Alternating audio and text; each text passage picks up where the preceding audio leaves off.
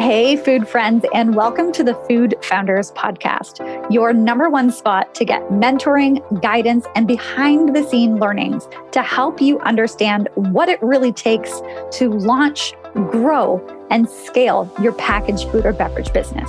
On the show, you'll hear from food founders at various stages of growth, and you'll hear from me and my 14 years of packaged food and beverage experience. Each episode is packed with insights, inspiration, and learning to help you on your food business journey. I'm your host, Ainsley, and this is the Food Founders Podcast.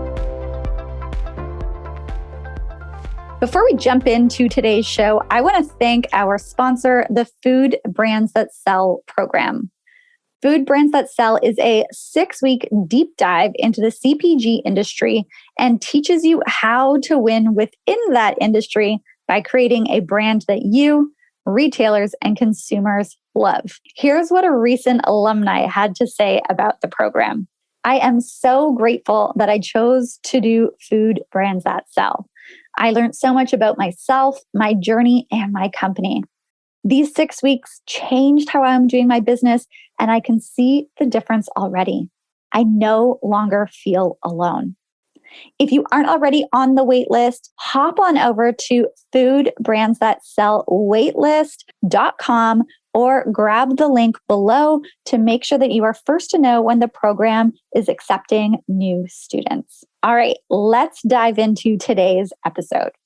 Hey, food friends, and welcome to the Food Founders Podcast. Super excited to have the co-founder of Pricklee Cactus Water on the show today. We've got Kun Yang. Kun, welcome to the Food Founders Podcast. Nice to meet you, Ainsley. Thanks so much for having me. I am super honored to be here. I love what you are doing with your product right now. Can you just kick us off and let everyone know what is Pricklee Cactus Water? What are you all about? Yeah, absolutely. So we are a company that, as you can tell, make cactus water. We make it out of the fruit of the cactus, which is called the prickly pear. And we're just obsessed about, promoting this amazing ingredient because it's such a sustainable plant. It grows off of rainfall. It's drought resistant. It's in all parts of the world, native to Mexico and Southwest US, but, in the Mediterranean and Italy and all areas of the world.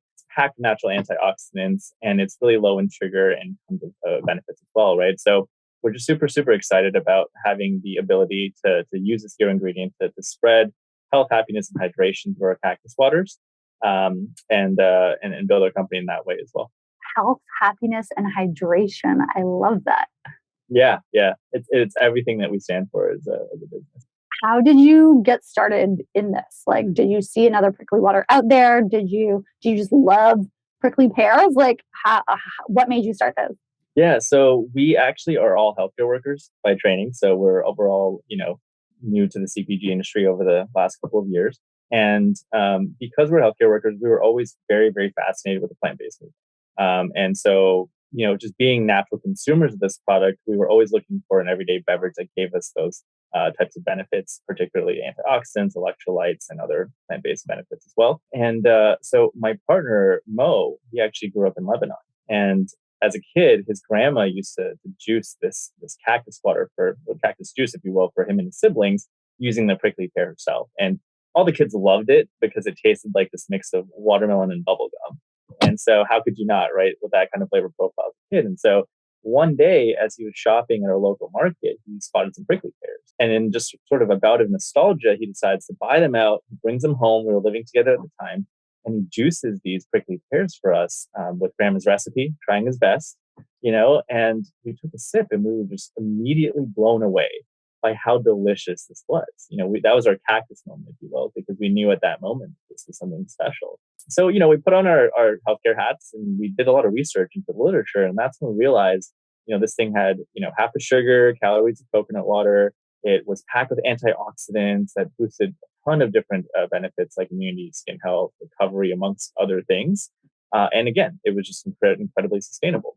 So we decided to, at that time, drop our lab coats, put on our cactus suits, and introduce the world to the incredible, product that is cactus water. Okay, you mentioned the cactus suits, so we got to go there. We got to go there. You guys literally dress up as cactus, like cacti, cactus, all Yeah, over. yeah. Was that like the plan from the beginning? Talk to me about being cactus everywhere. Yeah, yeah. No, it was. I don't think if anyone came to us and said that in your adult life you will be running around New York City and Boston in cactus suits, that we would take any of them seriously. So it was a pretty organic transition to get us to this point. Most of it was just really realizing that the cactus is this really unappreciated and misunderstood ingredient, if you will, or character in society. On one hand, it's just celebrated for its beauty from an aesthetic standpoint, and it's used in a lot of different industries, from fashion to art to design. But then on the other hand, from a food perspective, it is very misunderstood. Even though tons of people around the world consume different aspects of the cactus, whether it's prickly pear, the pads, the seeds, and even the flowers, right? So we knew that there was always going to be this tension point associated with the cactus, that our job really, and our obligation as a cactus packaged goods company, if you will, was to make people really side with this ingredient and see that this was approachable, that there was a lot to love about this, right? And so as we started to build out our company, our brand, our marketing, it really organically led us to realize that we had to own and be resilient like the cactus in order for people to understand and appreciate it. And there was no better way of challenging ourselves to do that than becoming cacti ourselves. And so we realized that, like, look, we can go out there and we can put these suits on, and just you're wearing a smile on your body, in these giant green suits with like these flowers on your head. And we could go out there and just again spread happiness, health, and hydration by giving people a taste of cactus water, getting their feedback, and sharing with them all the incredible benefits of it in a very, very approachable way. And that was how we, from a guerrilla marketing standpoint, decided that we were going to introduce ourselves to the world. So the first time we did this was in June, and we did it all over New York City, Central Park, Times Square, and it was definitely the most uncomfortable thing we've ever done.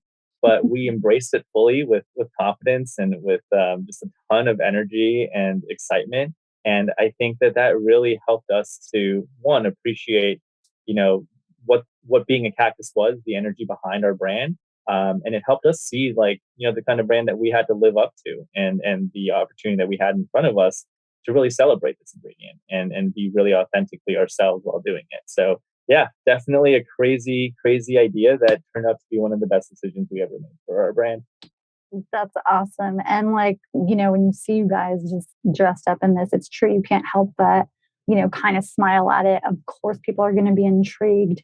And what a really great way to break through with people about not only, hey, we've got a product, but like, hey, let's educate you a little bit about this ingredient and draw people in that way. Definitely takes a lot of courage, though. I know a lot of people would not do that. Count us as a group of those people initially, but I think when you really are passionate about something, and you find people to kind of be passionate with and support you in that journey, and you realize that organically this was the only way forward, you really do things that surprise yourself, and that's all part of the growth I think that we all experience as founders. Got it. So, okay, so let's go back. So we've got you and your co-founders. You decide, hey, this is an incredible product.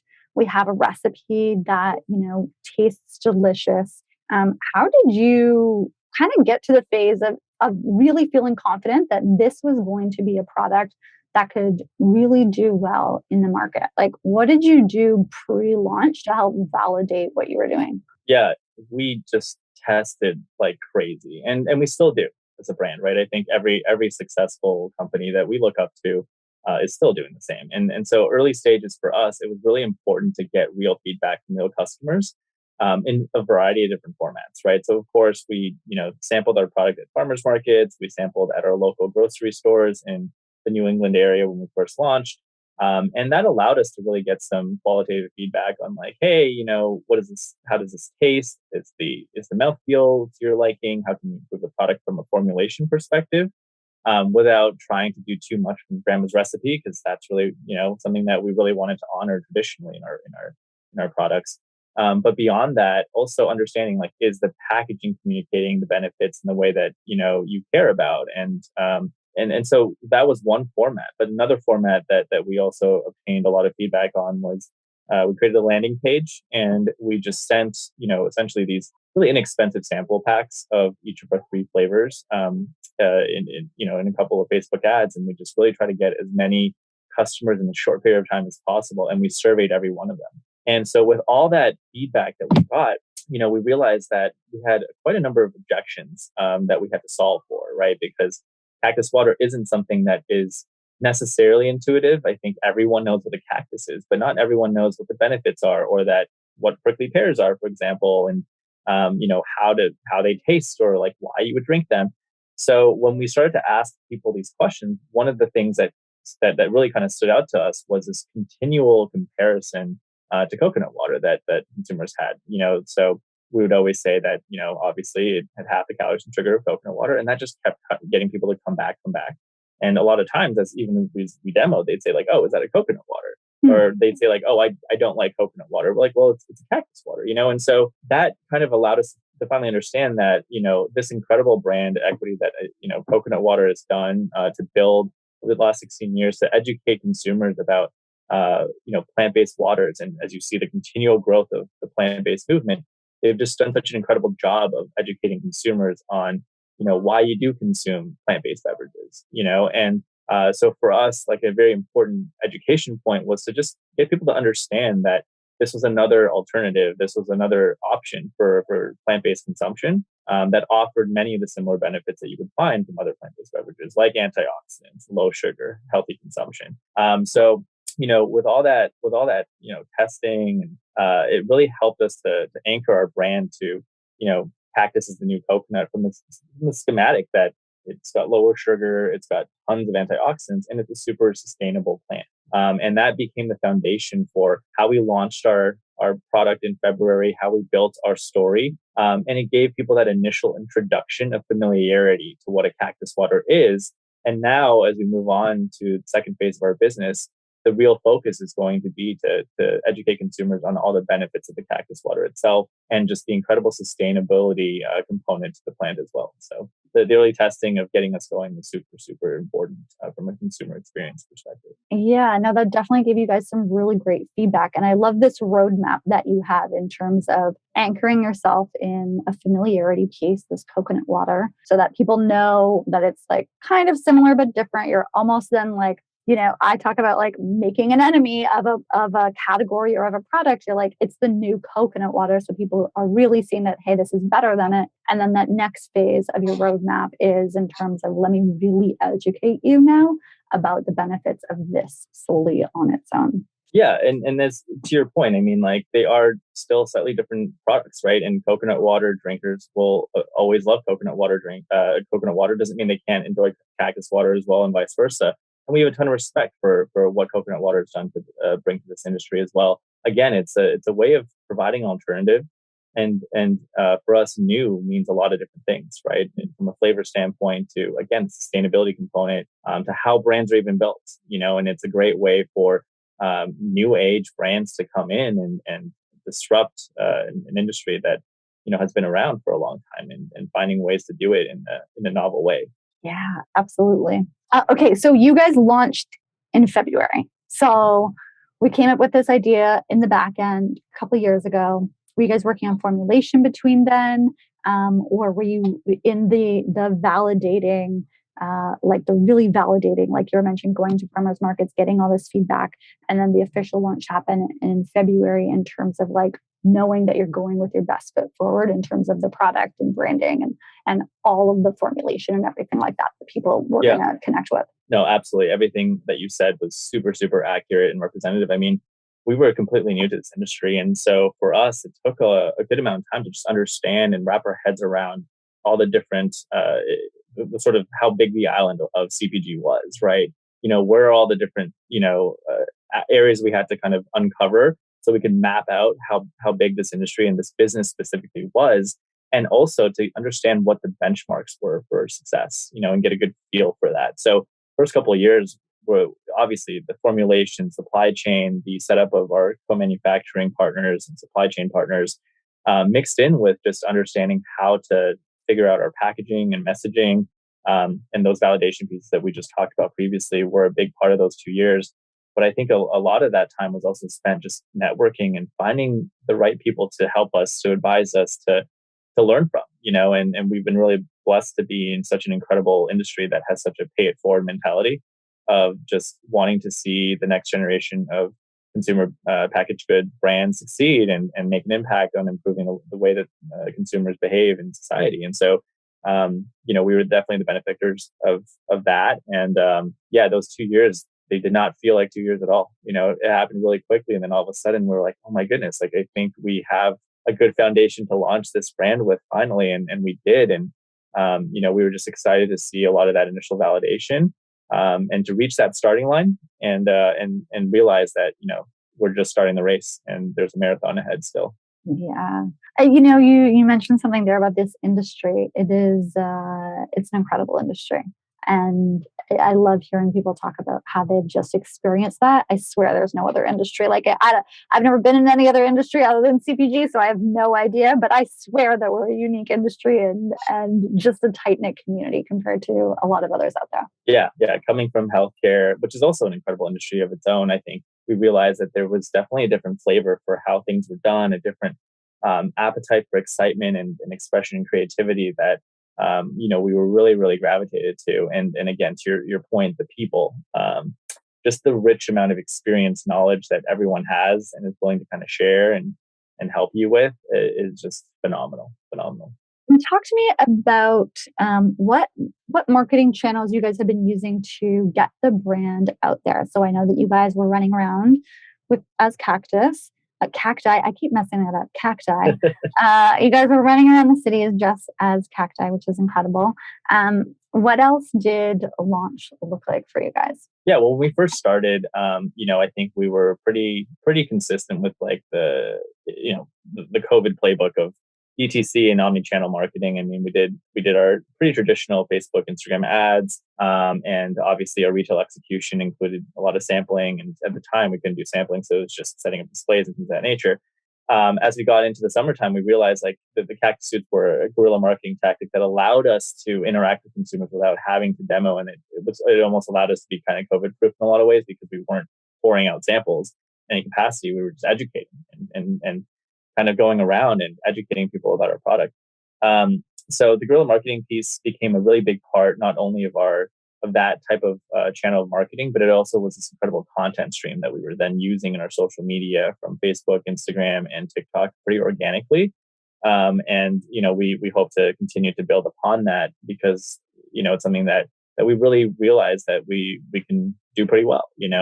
And then, of course, I think a lot of that work also led us to meet, as we talked about, incredible people in this industry. We were very, very fortunate to work with 4 incredible female founders that of their own PR firms that came together during COVID to create this initiative called PR for Good, which was to do pro bono PR work for just emerging food and beverage brands that are female founded or minority BIPOC founded.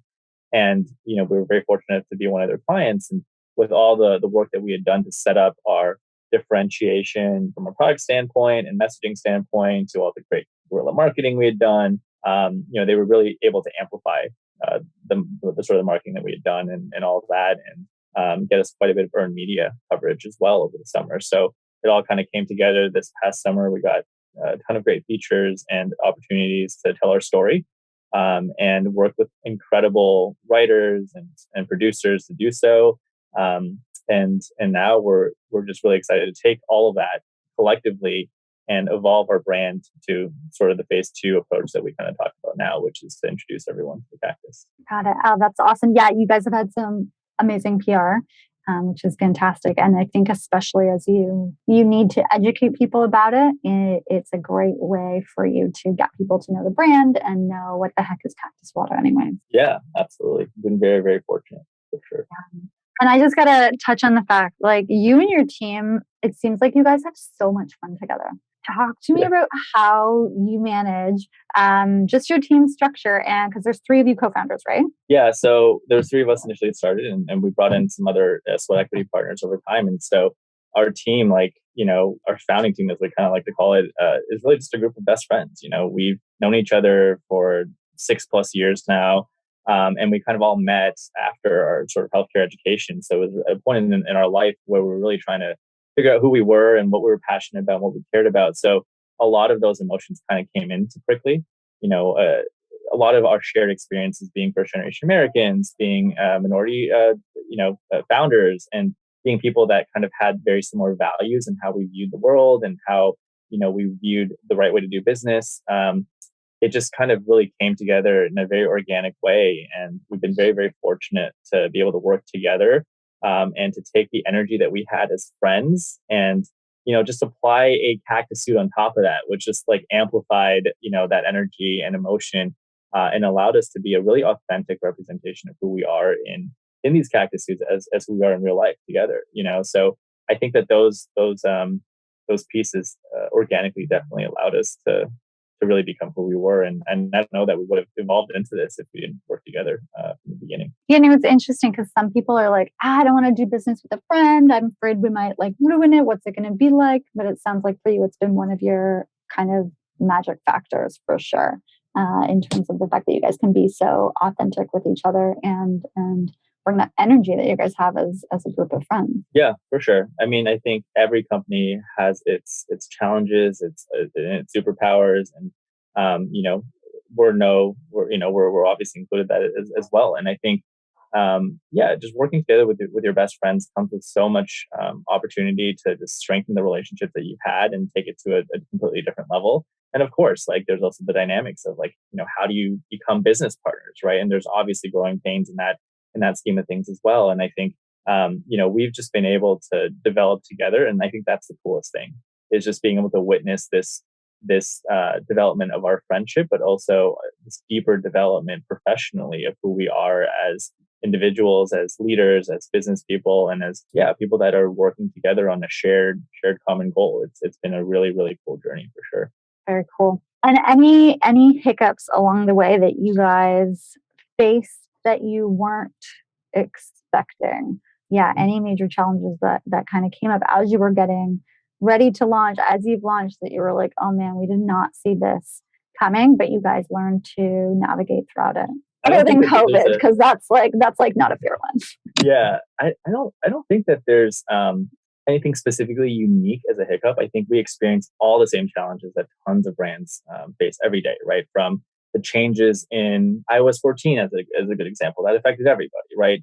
To just like understanding that this journey takes a lot longer than you always expect in the beginning, when you realize that you do the sales cycle, all the different aspects of building a brand within retail, just take time, take education, take adoption. I think that those are all learned challenges that we're still continuing to experience and go through. But I think more so we just met some incredible advisors that helped us really focus, and I think that was a pretty big turning point for our business, was just realizing that we had to focus, and that meant from a regional perspective, like for us, a big part of our business is to win in New York City, and so um, one of my partners just moved to New York, and he's going to be focused in building that from a retail standpoint, and that might just be what we do for the next 12 months as we continue to build this brand, right? But it just, we realized really early on that the way of expansion for a product like ours, it requires a little bit of education and a little bit more high touch to get consumers to adopt the product, required us to be really, really focused. And I think if we didn't uncover some of those initial challenges where we maybe weren't able to support a retailer halfway across the country because we weren't there, allowed us to realize that focus is super, super important to our brand, and in the long term is going to be the reason that we either succeed or we don't. Difficult thing for entrepreneurs to do is focus. So great to see you Every guys day. recognize that and like hone in on it. That is a lot of entrepreneurs definitely have squirrel brain, you know what I mean? And it's like the big ambitions and dreams are awesome, but sometimes they can like deter from that main focus piece. So love to see that you guys are really, really honing in on that.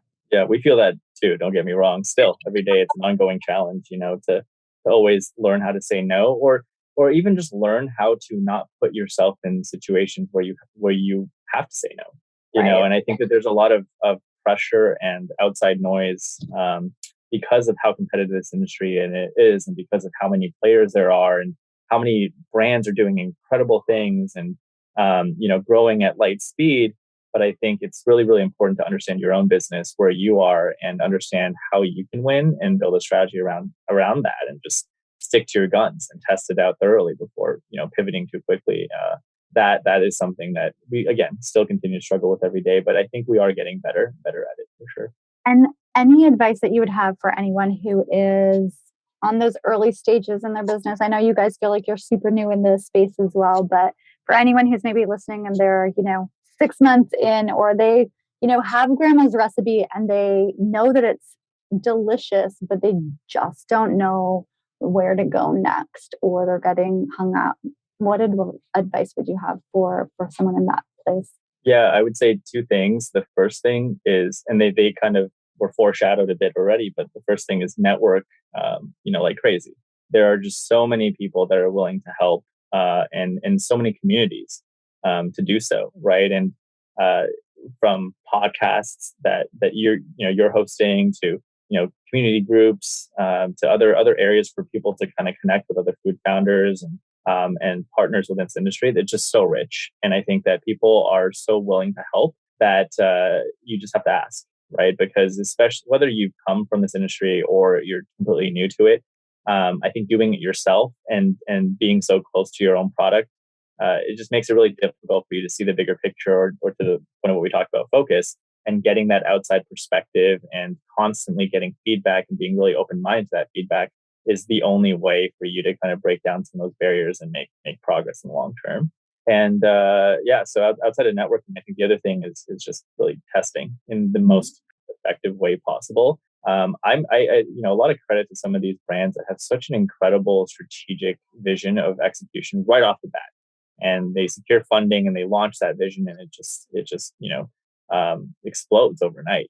But I think there, to your point, a lot of people that are doing this for the first time or the second time, or whatnot, that where testing is really, really important. And I think, for at least for us, I mean, so much of what Prickly has become has been built by the people. We certainly had an idea and vision for what it is, and we still do, because we're sort of the guides for the brand.